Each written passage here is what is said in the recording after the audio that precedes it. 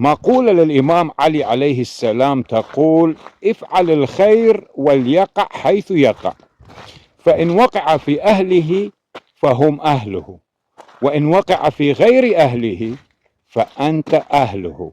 وهذه المقولة تذكرني بهذا المثل الآشوري القديم: أولخ ما تأخلني للجاني إن أولخ ما تمبلني عاوي للديدي.